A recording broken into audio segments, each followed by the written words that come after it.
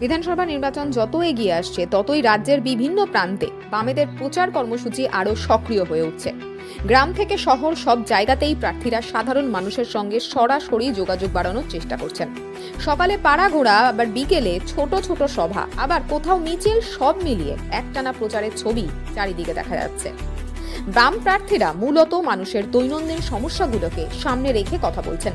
রাস্তার অবস্থা থেকে কর্মসংস্থান থেকে শিক্ষা ও স্বাস্থ্য পরিষেবা, এই সব বিষয় নিয়ে তারা মানুষের মতামত শুনছেন এবং নিজেদের বক্তব্য তুলে ধরছেন।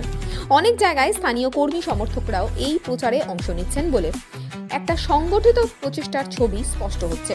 একই সঙ্গে বাড়ি বাড়ি গিয়ে প্রচারও জোরদার করা হয়েছে।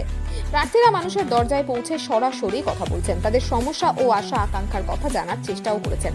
এতে ভোটারদের সঙ্গে একটি সহজ বোঝাপড়া তৈরি হয়।